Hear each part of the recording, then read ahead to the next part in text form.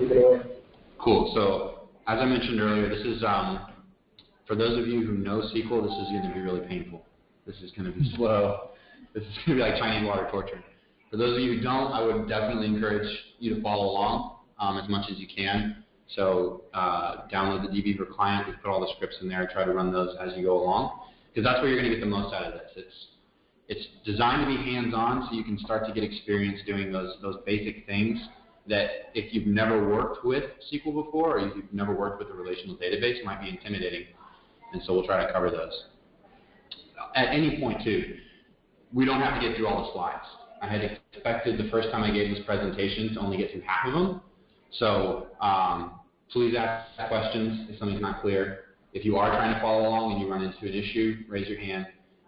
We can go as slow as we need to go with this. We're not, if we get through half of it and then we have to do the other half at the next meetup, that saves us from having to write more content for the next meetup. But really quickly, so those who don't know, SQL is structured query language, and the reason that it's important and considered a fundamental skill for data science is it's everywhere. First of all, it's everywhere in the data community. So wherever you're going and interacting with data, there's a very good chance that they have some sort of data in a SQL database. So it's a good, just right off the start, like I can start to be a little bit independent and work with stuff. There's some great concepts in SQL that teach relational algebra and set theory, which leads you into some broader concepts and some broader understanding of how to think about joining different data sets and different relations. So it's good practice there. It's a scripting language too. So it expands what you're able to do beyond just doing stuff in Excel. So this is really targeted at getting you away from, if you're currently doing stuff in Excel, try to move some of that into SQL and leverage the computing power there, and also making it reproducible. And ease of access. It's something, there's so many tools out there, there are so many examples, there's so much documentation. It's very easy at this point to jump in and start learning SQL. Beyond that, a relational database, really quickly, it's composed of rows, columns, tables, and views. And really, how you're supposed to think of those is a row is one item. So a row it represents a thing, and then the columns are going to be attributes about that item. So if you think of, if you were going to record a person in a database, one row might be one person, and then the columns might be attributes about them. So like for me, an attribute about me is my occupation, and another attribute would be my employer. Tables are going to be things that share the same attributes. So Steve might also be an entry in the employees table where he has his own row, and he has his own entry for the occupation column, and he has his own entry for the employer column. And then views, a view is really just a response to a query. And that's where you take data from rows and different tables and you combine them to answer some sort of question. So views can be saved within the database where they've constructed tables already for you for ease of access, but also a view is what you receive every single time you run a query. And just as far as history, I just thought this was interesting, and so I throw it in there. I had thought that relational databases have been around since the dawn of time, and they're actually a fairly new concept, proposed in 1970 by E.F. Codd at IBM. So it's not the be-all, end-all of data. It is a fairly new concept in the computer science world. Why relational data models, and what are some of their advantages? This is a more helpful conversation when we start talking about different ways that you can store data. So this is something, it's better to contrast this, but I'll say relational data models are easy to extend. So because the information is organized in, here are my entities, and here are the common attributes between those, you can kind of think of them as Lego blocks, and you can organize your information and then rebuild those into something. The really key thing with relational data models is to improve and maintain the data integrity. So if you're organizing your information correctly and you're storing your information correctly, when you write a query and get a view back, you can trust the integrity of your data more so than if you were trying to define all those relationships and structure from the start. It also allows for reassembling data in many different ways without reorganizing underlying structure, which kind of gives that underlying integrity. So a good example that really clicked with me is let's say you have a city-state table, and it just records all your city-states. And you might use that for location information, like, hey, where is this person located? But then you might also use it for business information. Where is this business located? Or anything that has a geography component.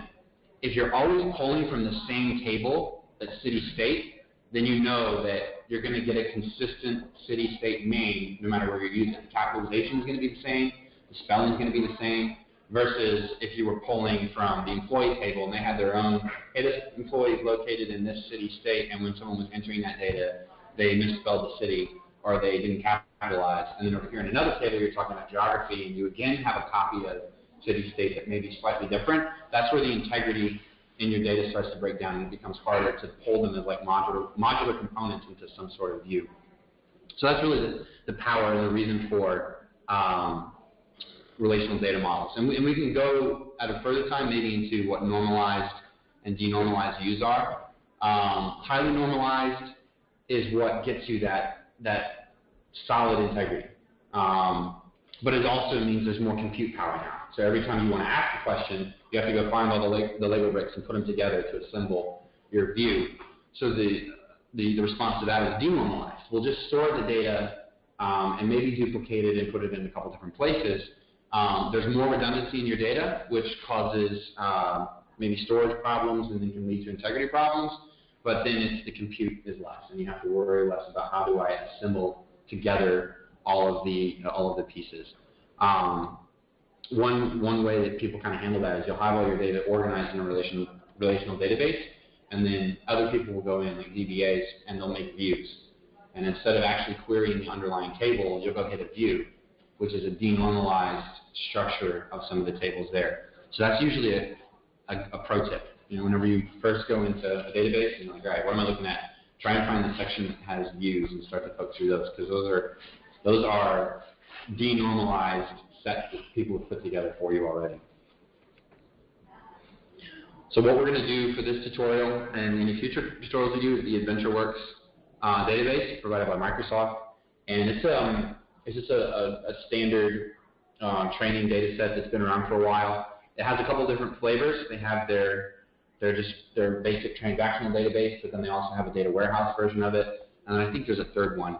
But it really touches anything that you would need to know about working with like an enterprise or a production database system. So this is a good thing. If you're interested in continuing to look to learn more, this is a great resource because it's going to have enough data there that it's actually fun to play with and you can get some interesting answers, but it's also going to have the variety of data to actually make it useful. So they have transactional data, they have product data, they have HR data in there. And then, like I said, they have the basic transactional data model, and then they have a data warehouse model, which is slightly different. So that's what we'll be using here. The first thing, though, is where is the data going to be? And this was, I almost feel silly admitting it, but when I first was learning data science and how to get data, I had no concept of what was actually happening underneath the database. I would just kind of nod, like, oh, okay, I know what you're talking about. But then they'd be like, okay, well, go run a query. And I'm like, I don't even know where to start. Is it database files? Is it whatever? So in general, a database is hosted somewhere. And you're going to need, if someone's like, hey, go write a query, you're going to need some information to get started. And the basics there are, what's the host of where the database is running? What's the port that you're going to be connecting on? What's your username and password? And what's the database name you're connecting to? If you have those 5 pieces of information, you're usually good to go. If you're missing one of those, you're going to run into trouble. A lot of times, your client or your tool or whatever you're using will kind of obscure some of this for you. But if you get in the habit of making sure that you have this information from the right people, it'll help you get set up a lot quicker. So for ours, we're running our sample database on Heroku. So there's the host and Amazon. We've got the port number, the username and the password, and then the database name. And what we've done, we've taken this information and put it into the DB profile. So if you download it and load that, all that information is saved there. But a quick check that you can do is just use a command like telnet and take the host and the port. And you don't even have to have a username and password now. Just ping it. And that'll tell you, is the database running, or is this server running, and do I have the right location? So that's usually a good first start. So what that does is actually it just checks that a server is running at this host, and the port that you're going to connect to is open. So that's really one of the first steps you can do is run a command to check, is this server even running that I can run a query on? So the use case would be you go back to work and you say, hey, I want to start digging around in some of our SQL databases, and they give you a host or a place to go. Before you even start worrying about the queries you're going to write in the tools, just ping it and make sure. Be like, do I have the right host? Is there something active here? And then you can quickly go back before you waste a lot of time and be like, actually, this isn't right. Are there any questions so far? Has anybody tried to connect, or is anybody having any trouble with that? Or I'm wondering, because we had to get on a VPN for the wireless. I think some of the ports are blocked. Yeah. You might have to try it home. 80 and 443. It's what? 80 and 443 is all we open. That's all that they're allowing here? Yep. Man, that would have been good to know. Unless you SSL VPN out. Yeah, that's what we're doing. Yeah, we're VPN. All right, so you're off the hook. Nobody has to follow along tonight. How about when you go home? Take good notes. We'll still go slow because I really want people to ask questions. I want people to, stop us if something's not clear. So for VentureWorks cycles, is that hosted at a particular site? No, it's not. That's a good question. If you Google the AdventureWorks database, it will take you to a Microsoft page where you can download the zip file. And then you can load that into whatever flavor of SQL that you have or are comfortable with. So if you want to set up like a MySQL instance on your computer and load it in, what I did for this, I found a script online where someone converted the data in the zip file over to be compatible with Postgres, and then I loaded it into Postgres. So I can put those up in a repository and just share that so everyone would have that, and then you could either run your own local instance of Postgres if you wanted to play around with it, or you could do the legwork to try and get it into SQL. But yeah, this is not actually hosted anywhere that I know of. Okay. We took that extra step to make it interactive. So now that you have those 5 pieces of information, that's enough to just get in and start doing stuff. There's command line tools for a lot of database engines, so Postgres, MySQL, or even just T-SQL. You can start running stuff just with that information, but more often than not, you're going to want to go through a client. And the client is just going to be some sort of program that simplifies that interface, and you can kind of explore the database a lot better. So for this one, we recommended dbeaver because it's multi-client and multi-platform, which means you can run it on a Mac, you can run it on a Windows, and you can connect to a Microsoft SQL server, or you can connect to a Postgres database, or you can connect to pretty much any flavor of SQL, which is great when you're first learning, because while SQL is pretty much the same across all of those, there's just slight nuances between each of those systems. So try and use tools that are going to give you the most portability, because if it's easier for you to play around with Postgres at home, but then you go to work and they use Microsoft SQL, you can use the same tool. And the more you get comfortable with the tools you're using, the less time you have to worry about learning tools, and you can focus more on the queries and stuff that you're writing. So if you don't have it, download it. And then what we did was we provided a profile, which is just kind of a cool feature too, where we can save all the connection information and we can save a list of queries with that profile and then just share that with you. You can open it up, automatically connect to the database, and then have the queries that we're going to be talking about. I thought that was a nice feature that I haven't seen in other stuff.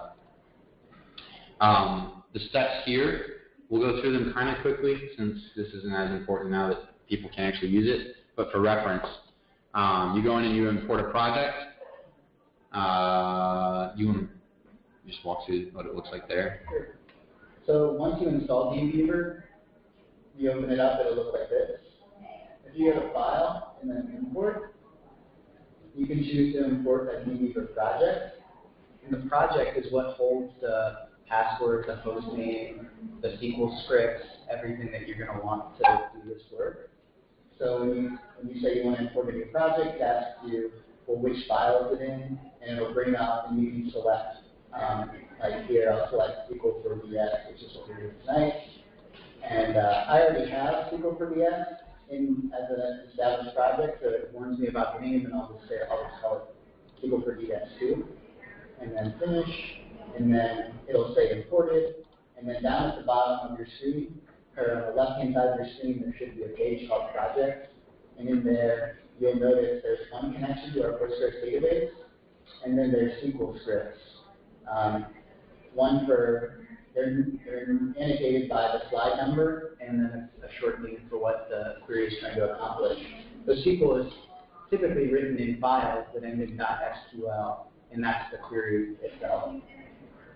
So if you're doing this at home, you'll have to do those same steps. Download that profile and then import it to the tool. It should be pretty easy to follow from the slides. But it's a great way to start thinking about how you organize your projects too. For a certain database, you're probably going to have a certain set of queries that you reuse or associate with that database to start to organize your stuff that way. So here's the connection info I need, here's the queries that I need. And it doesn't have to be in a client like this. It could even be just in folders on your computer where you say, okay, this is my VentureWorks folder. And in this VentureWorks folder, I might have a .text file that has all the connection info, and then I'll have the queries that I've used. It's much better than having just like a SQL folder on your computer where you store all of your SQL queries that you might use on different databases for different purposes. Start to, take like a project approach to what you're doing. So here's the stop and check. Do you have the connection credentials that you need? Do you have a client? And so those are the two questions you'll ask in your workflow, whatever data you're working with. Do I have the connection information that I need in the database? And do I have a client or something that's going to simplify how I work with the data? And now to the actual SQL. So the basic outline of the SQL query, it's select from, where, and where are your conditions. I think I mentioned this earlier, it's the structured query language, and it's supposed to be declarative in that, like, if you can say it in a sentence and ask a question, you should be able to very simply write that into the query. There's very, very minimal syntax with SQL. You don't have to highlight, or you don't have to capitalize. You don't have to format it a certain way for it to run, unlike programming where it's the tab spaces and the indentation is all very important. SQL is very flexible. So you can write queries that are just horrible to read, all in one line, and they'll still work.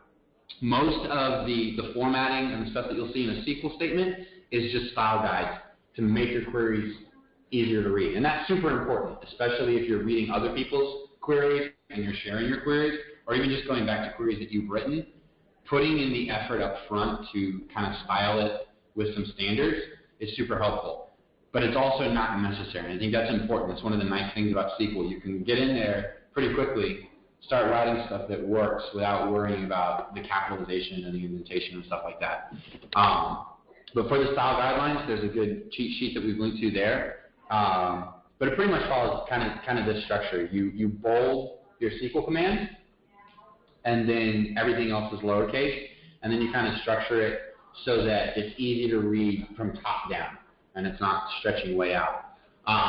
But in this is a real basic query. So we're gonna say select the product ID, the name of the product, and the list price from the production.product table, where the product number is equal to LOC100. I just read the code and said exactly what I was trying to get. And that's kind of the power of like some simple SQL. Like, it's easy to understand what you're doing and what you're expecting. So from there, when you're in the client, you can write the query and just run it from there. And there, so we get the product ID, 843, the name of the product is table lock, and the list price is 25.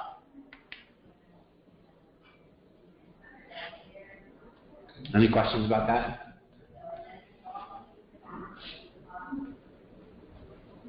So then from there, so in that case, we're pulling from one single table.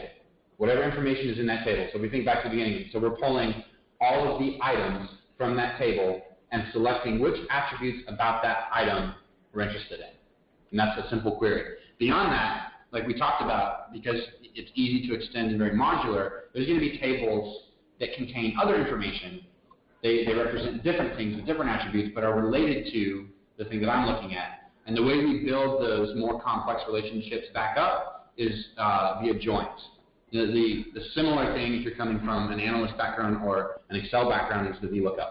I have information in this sheet over here. It's related to information in this sheet over here. I want to look at both of the pieces of information together, So you'll do a VLOOKUP on some sort of ID or identifier between the two. The most common joins that you're going to be using are the left join and the inner join. And the left join, and everything we're talking about now about joins is just set theory and Venn diagrams.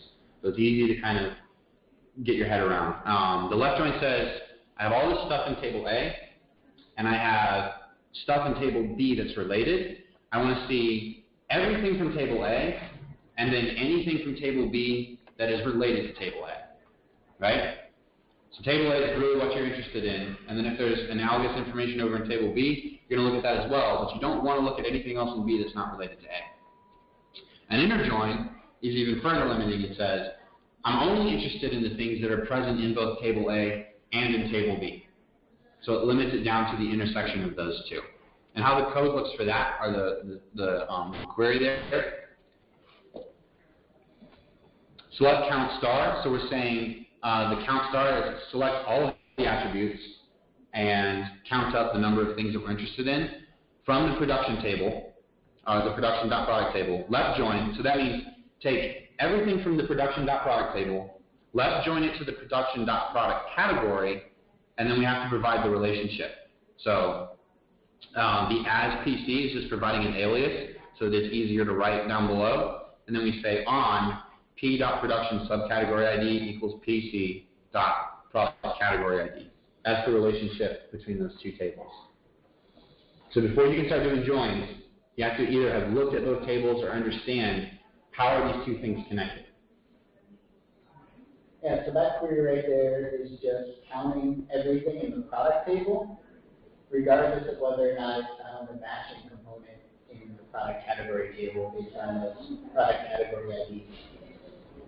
The other query with the inner join, if you look at it, it'll only take items from the product table that have a match in the product category table based on their category IDs. And when you run this, you'll notice the count's a lot less, 105, compared to 504 from the previous query.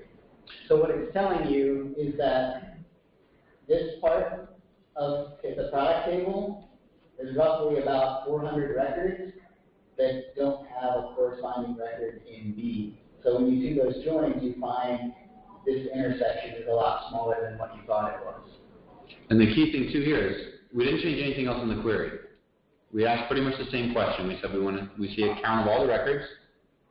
Here's the relationship between those records, production.product category equals yada yada. But what we did change was the join logic. Left join says everything in A. Inner join says everything in A that is also in B.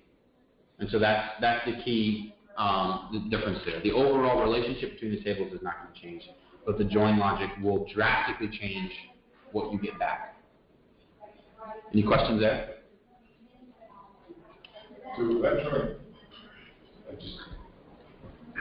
it's literally just pulling a copy of A. So Yep. It does not depend on B in any way. It is. It's pulling a copy of A, correct, but appending to the copy of A any information that is in B that is related to A.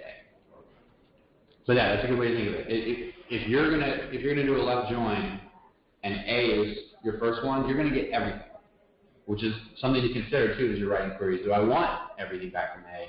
Maybe I should get an idea of how much data is in A before I left join to it and pull back, a million records or something like that. But yeah, it's a copy of A with appended information from B.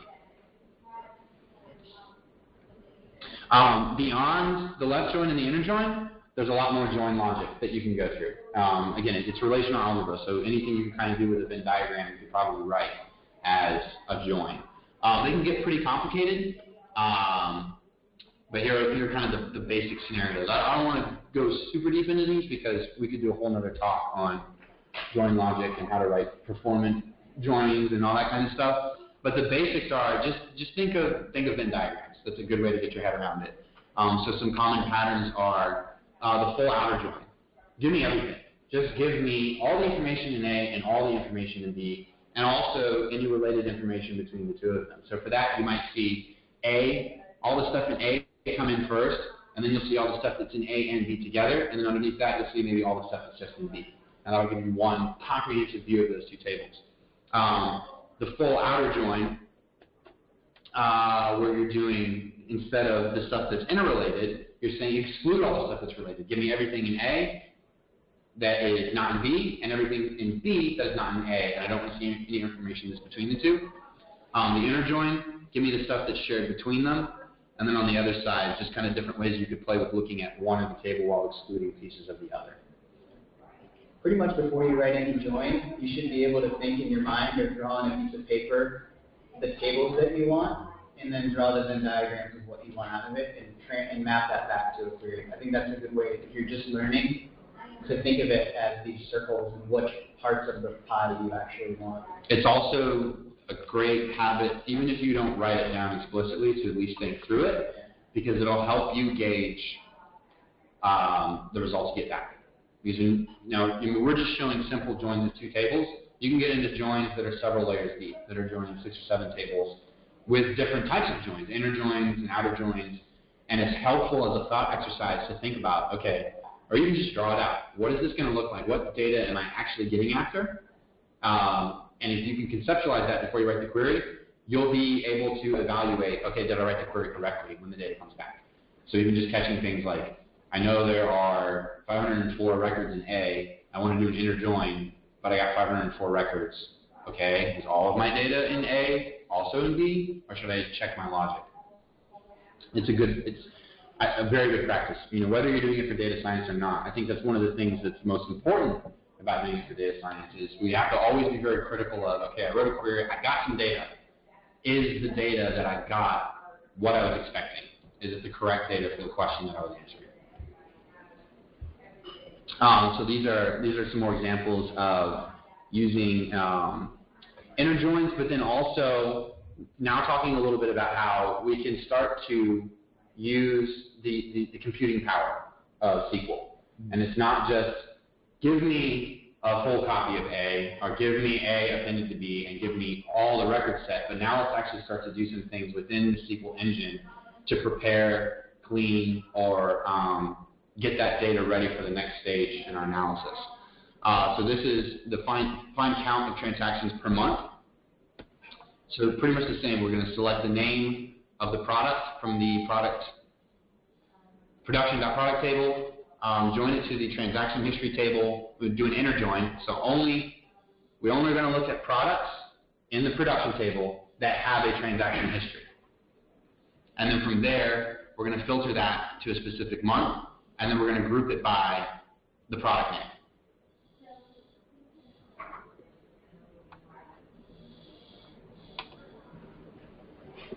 So we filtered down to 1 month here, right? If you see in the query, we said where the month is equal to 2014-1. And so within the month of 2014, or January 2014, what were all of the products that had a transaction history? And I know that I'm only looking at products that actually had a transaction history because I've inner joined to the transaction table, and then a count of how many times they show up in the transaction history table. Does that make sense? The question in the back? Yeah, so in the where statement there, yep. Transaction date. Yep. But it's not, does it have like a table prefix on it? So there, the first table, the A table that you... It's, that's sloppy. That's really sloppy of us. If the column name is unique to a particular table out of all the ones you're joining, you don't need it. Because it knows it's coming from TH. But if transaction date existed in product as well, your query before you execute it would give you an error. So that's a perfect example of what I was talking about earlier. The syntax for SQL is very loose. You can get away with a lot, like we just did there. We got away with it because the transaction date column just so happened to be unique across both those tables. Is it better, though, to go ahead and if you were reading a style guide, they would probably say always append or always prefix your column names with the table alias that they're coming from. So then it's very clear. That's something that as you write more SQL, you'll get better about those best practices of using aliases that make sense, and then making sure that you append the aliases to the columns that you're pulling from. So thank you for bringing that up. And so an alias is just the abbreviation of the table name So this table name is transaction history. So the alias is TH. The table name product, the alias is just P. When you create these aliases, it's just so you don't have to type everything out every time, but you should typically name them using the initials of the table. So that when people look at the query, it's a lot easier to see transaction history up here and then see TH down here and know, okay, this transaction date comes from the transaction history table. So the second scenario here, we'll say, okay, you're coming from an Excel background. I know you've learned a little bit of SQL. You have this awesome transactions per month, and you saw, oh, they filtered explicitly to the month that they wanted, and now your boss says, okay, well, give me that for the last 3 months. You might be tempted to go in and take the same query that you just wrote, change the month name from 01 to 02 to 03, and run it 3 times. And I've seen people do this all the time. They get one query with a parameter in it, and then they'll just reuse it. And so then they'll get 3 data sets back, they'll pull them out of SQL, they'll save them, then they'll put them in Excel, and then they might start to format it a little bit and order stuff to get these 3-month product history. This is exactly what moving to SQL is going to eliminate from your workflow. You can start to leverage more of the aggregation, more of the manual processing and preparing of that data into a scripted query. So the example there is, now we've taken the where clause and we've said, now we just want to limit to 2014, and then we've added month to our group by. Right? So we're putting all of the logic into the SQL query, and then when you run that, you'll get 2014-01 and the products there, and then you'll get the same products again in February, right? So then it'll do that count again and say, okay, well, how many ball variants did you have in February? It's doing most of the computation for you. The key here is it's scripted now. So you can pass this query to somebody else, and they'll get the exact same result that you got. You can reuse the query, and you'll get the exact same results. And the goal is to move as much of that logic into a query, and not, okay, I'm going to pull it out, and then I'm going to do stuff in Excel, I'm going to add a column, I'm going to remove a column, and really letting the SQL engine do most of the work for you. Yeah, so the reason we wanted to show this is I think a lot of people, when they first learn SQL, someone will ask a question like, hey, can you pull everything from last month? And they write a query like this that, select from where last month. And then they say, can you do it for the whole year? And then you think to yourself, okay, I'll just run it once, and then I'll change the month, and I'll run it again, and I'll just run it 12 times, and I'll get everything for the year.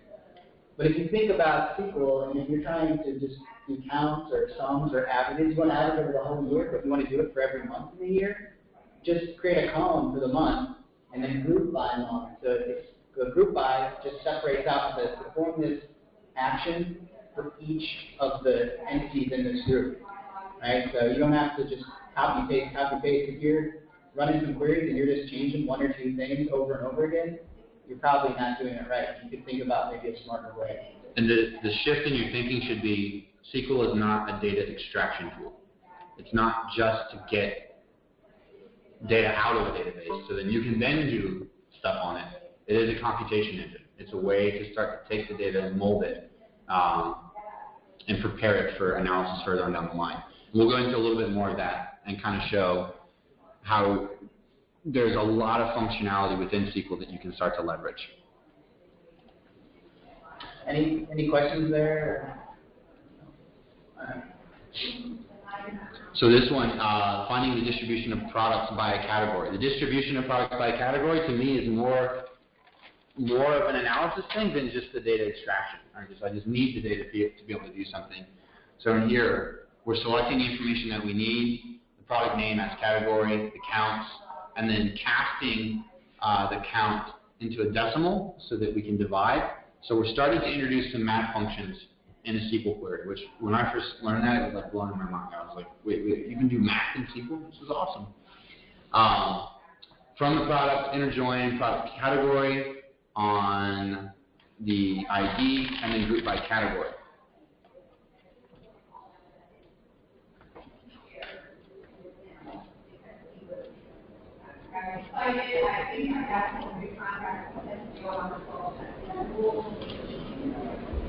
So then there we have our final. Is that? Yep. Oh, the queries are flipped. I think we're good. No, the left join. Do the left join one first.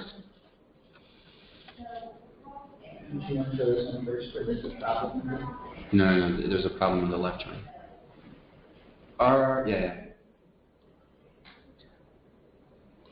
Oh, no, you're right. I messed it up. So, okay, yeah. In the first one, yes, inner join. And you see we have bikes, accessories, clothing, and components. The first thing to highlight here is always inspect your results and make sure you're getting back what you're expecting. So I got the order wrong, but when I first look at this, everything looks good until you look at the percent column. And what's the thing that jumps out there? To the math people in the room. Yeah, so Not adding up anywhere near to 100. Exactly. So that should be an indication. You said, I want to find the distribution, which means all of my categories should fall somewhere in that distribution, and if I summed all my categories together, I get 100% of my population, right? So always be critical of what you get back. You could have wrote this query, you're like, oh, I'm going to do an inner join because I want the data that's in both. Think about what you got back and say, does that make sense to me? If you change this query from an inner join to a left join, because hopefully you would have noticed that and like, okay, something's not right, let me change my set logic of how I'm combining these two things, then you notice we have a null category that accounts for about 80% of our data set. So then that tells me, okay, there's a bunch of stuff in here that doesn't have a category. Is that a good thing? Is that a bad thing? Is that something I was expecting? Is this a data integrity problem? It opens up a whole new line of questioning, whereas in the first view, you could have gotten the impression that we only have 8, 22, 43, 32 products, and then this is their distribution, and not even understood, okay, well, there's a whole other group of products that actually don't have a category. So this is, again, as an analyst, as a data scientist, always be critical of the results that you're getting. And think about it. All right, what's the question I'm asking? What's the result that I'm expecting? And is what I got back what I was expecting to get? there was actually a question from somebody online, which I think is pretty good. If you look at some of these queries, there's actually some grayed out text around it. This is not executed, it's a comment, and it just means when you put 2 dashes in front with a space, anything on this line is just your own note to yourself or to someone else. So we put comments in these queries so that you guys, if you open it up or other people open it up, they see and can read. These 2 queries demonstrate how to calculate the percentage of total, but it also helps you to debug your query to understand how many null values are being returned after your join. So you can put other text in there to let people know you're doing it, and it's encouraged so that your queries, when you share them, other people know how to use them. And as you journey down the rabbit hole of writing more and more code, it's just an excellent practice to get into. You should be annotating what you're doing, or at least explaining what you're doing for future you or somebody else is going to look at it. Because sometimes I'll go in and I'll write a query, I'll get a result, I'll move on. I'll come back to it a week later and I'll look at it and be like, I have no idea what I was doing here. I don't even remember if I verified that the result set was right or not. So sometimes when I'm writing a query, I'll run the query and then I'll look at what I got back, I might make a few more changes, and when I'm done, I'll leave a comment before I save the query and say verified or tested or something that lets me know when I come back to that query, yes, this was in fact, this query is returning the data that I expect. So even just simple things like that are going to help you work much quicker and make your work more reproducible and more shareable. So beyond just doing math in SQL, which is like we demonstrated with the distribution, you can actually start to get into some like control logic, or the if, or when then else, if then else, something you would see more in like a programming language. And this again just extends more of the process into the SQL query. Whatever you're trying to do, try to get as much of it into the query. So I think another good example, if you're thinking of the Excel world, you might get a sheet from somebody, or someone might run a query for you and give you a CSV, and then you're going to open it in Excel, and you're going to start relabeling stuff. You're going to make a new column, you're going to move something over, you're going to change the type of a value to an integer maybe, or a date string, and you're going to do all this work manually in Excel, and then the next time this process comes around, you're going to have to do it all again. Or if you're out one week and somebody else comes in and they have to do it, they're not going to know that you did those steps. So try to get in the habit of moving as much of that into the query as possible and leverage everything that's available in the query language, because the work then becomes reproducible and you're able to work much quicker. So this is an example of, I think we would call it recoding.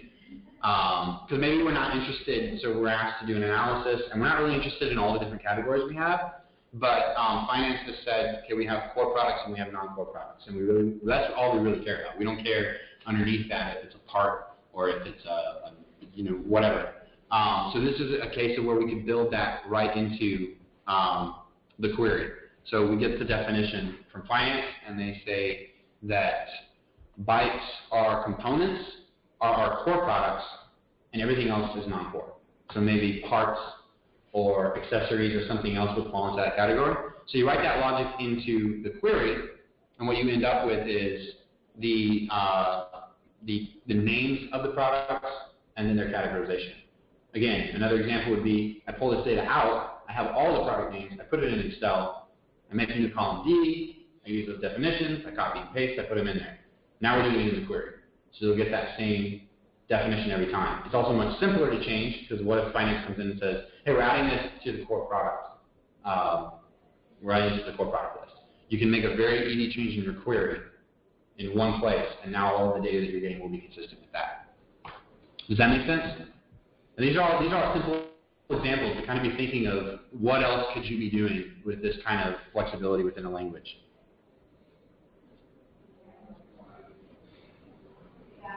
I don't know if you want to take over at this point, or? Sure. Yeah. So what we had just shown there was you could look at a category, bytes, or components, and label it core or non-core. Usually, like, the next step in some analysis is like, well, tell me what percentage of our products are core, or tell me what percentage are non-core, or the split between the two.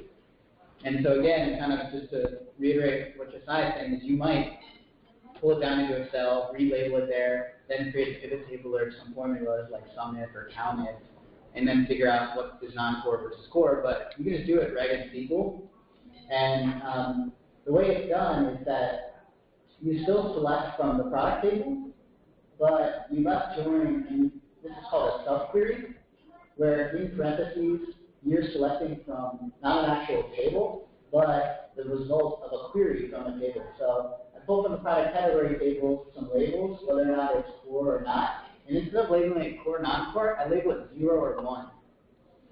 And then after that, I just find the average of zeros and ones.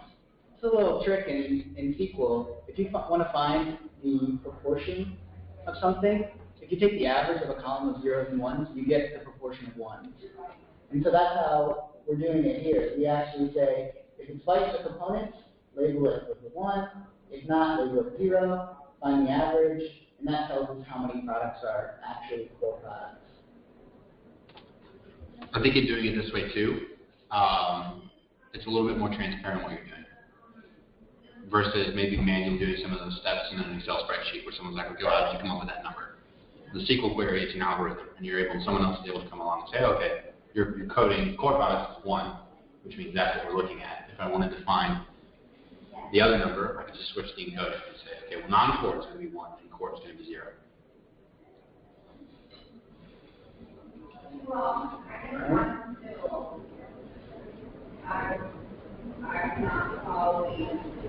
So for analysis, or you're doing more data science related tasks in SQL, we really recommend that you use this concept of a temp table. Temporary is being short, temp being short for temporary, where it's just a smaller separate table that you can use to validate each part of your query. So you saw in the last one, in the last slide, we had a nested or a subquery within the larger one. You can actually write this as 2 separate queries, one after the other, and see what they actually look like individually to track your work a little bit easier. So here's an example. Let's say we wanted to get the count of products by month again. You could first say with T as this table, which returns back all of the transactions from the year 2014 and puts it into a table called T. Really easy. Save everything from 2014 off into one table. The next step, create a table 2, T2, where you'll select everything from that T table, but add in now the product name, because you just had the ID previously. And that's called T2. And then from T2, select month, name, and count, and group by month and name. So what you can do is if you're not sure whether or not you wrote T correctly or T maybe is a problem, just pull this part out and run just this part, and then see what it gives you. And after that, run just this, right? So you can actually break down your logic into smaller pieces to check, is it working how I think it's supposed to be working? And this is also a lot easier to read. You can imagine if I had this whole query as one big one, it'd be harder to read, understand kind of what's happening. So that's something that we wanted to emphasize was just, hey, if you run all this stuff, you'll get these same results, but in a much more sort of modular fashion that each one executes in sequence down. This is kind of building off that same concept too of modular components and thinking of the end result is going to be a view. It's going to be some restructuring of the data to answer a question. So even as the data is stored in tables underneath physically, you can start to structure the data into temporary tables that are going to make that final question easier. So adopting that concept of, right, what is this? What are the attributes that these items share in common? What are the attributes these grouping in, and then simplifying that join logic. For simple stuff, it might look like more work, but if you get in the habit of doing this, it makes not only building these more complex multi-join queries easier, but it makes it easier to debug, because you can just comment out everything below one of your temp tables, run that temp table, and just see the data. And be like, okay, that's what I was expecting. Then you comment out a little bit less, you look at your next temp table, now you've got both of them up, right, so those are the things I'm expecting. And then in that final bit of the query, that's where you do most of your complex logic of how am I going to combine and what am I going to pull from these different temp tables to get my final question. So it's like building block, building block, building block, put it all together.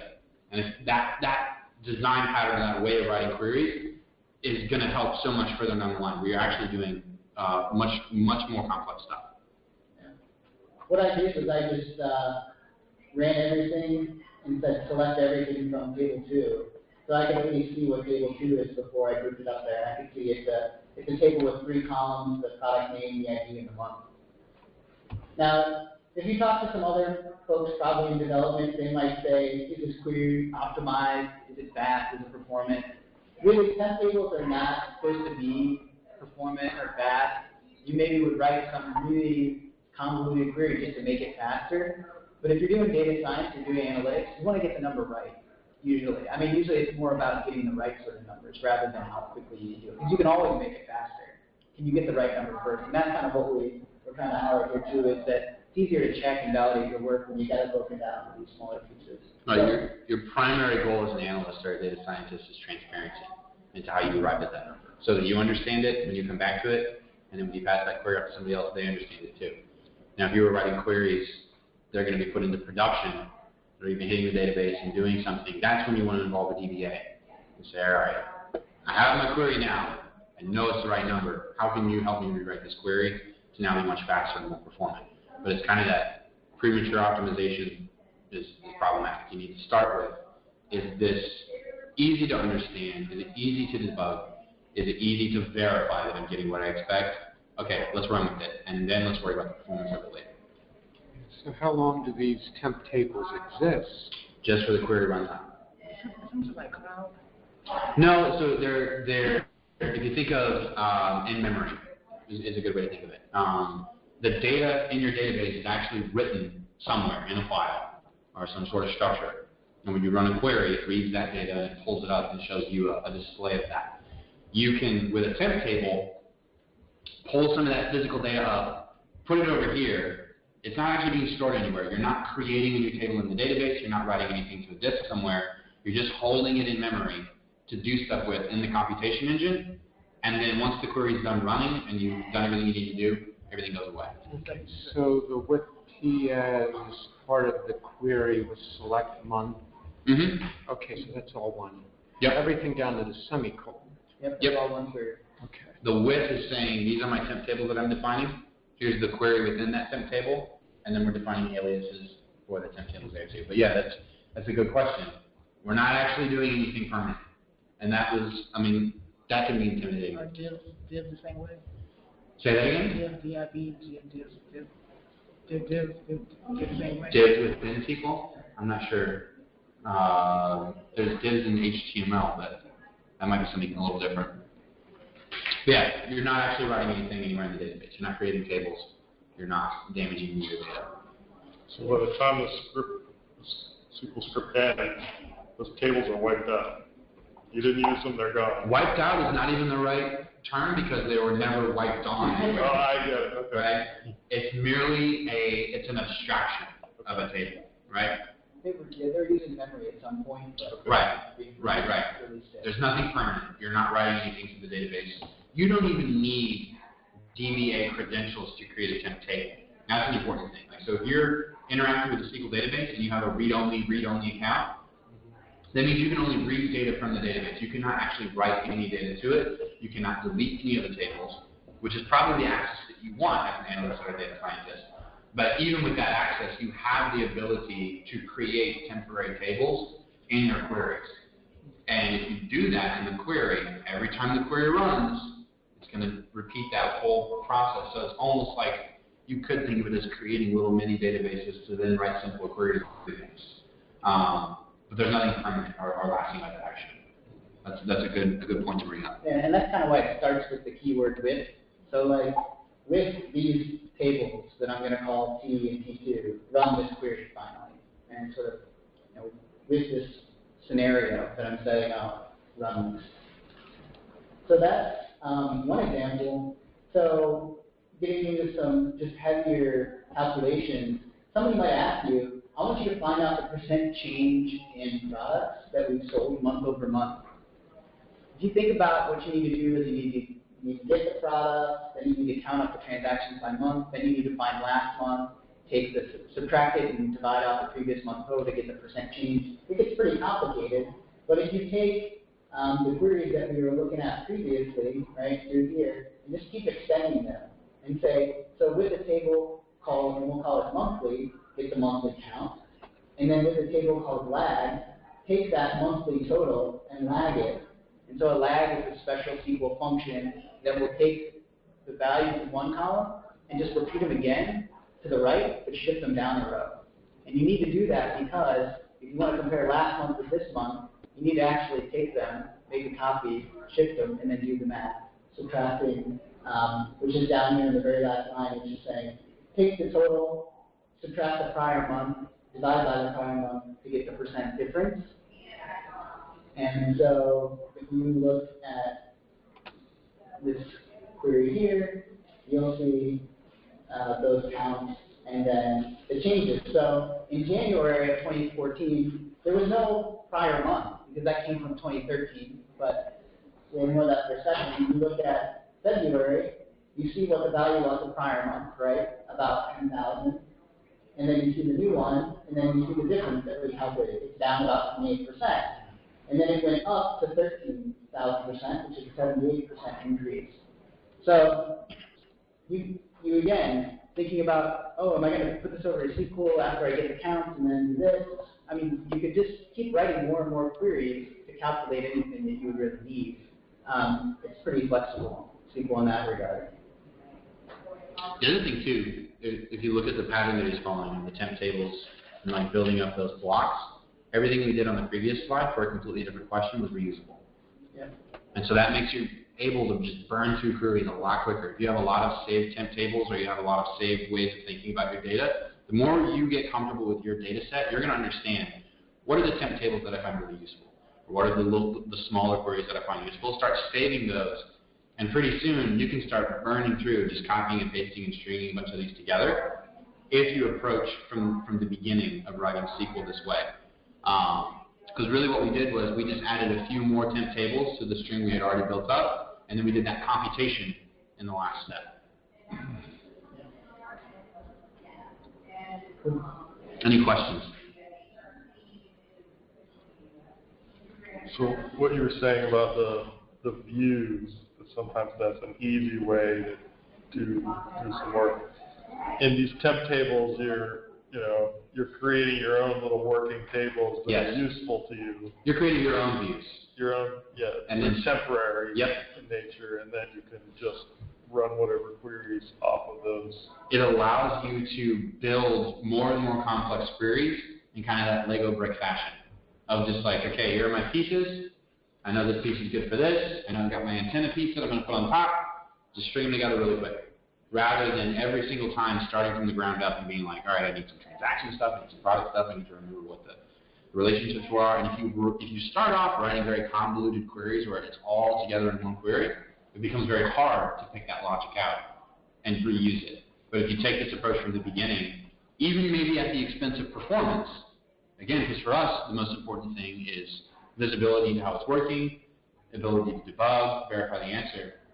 So maybe forget about performance for a little bit, start writing your SQL statements in this way, and you'll find that you're able to navigate the database much more comfortably. Another juice. So we don't want you to forget that SQL is very powerful with strings. It's not just about numbers and counting and averaging and things like that. There are a number of functions within SQL that perform string operations. Length will count the number of characters, upper will make it uppercase, substring will pull out the characters from certain indices. Like this pulls out the characters from the first, second, and third places in the name. Replace values, you want to replace all the A's with triple B's. You want to concatenate, you want to combine two strings. All of these things you can do within SQL. And there's even this operator like, which does a fuzzy match. And what it's doing is it's saying, hey, find me anything where the product number starts with LO, and then the percent sign is anything after that, it doesn't matter, as long as it starts with LO. If you wanted to put the percent sign in front of the LO, it would be anything that starts with a bunch of stuff and ends with LO, or whatever that may be. So when you look at that query, you could run it and see how the original product name was cable block. The length is 10. If it's uppercase, it looks like this. If you take the first three letters of the tab, if you replace all the A's, it looks like this.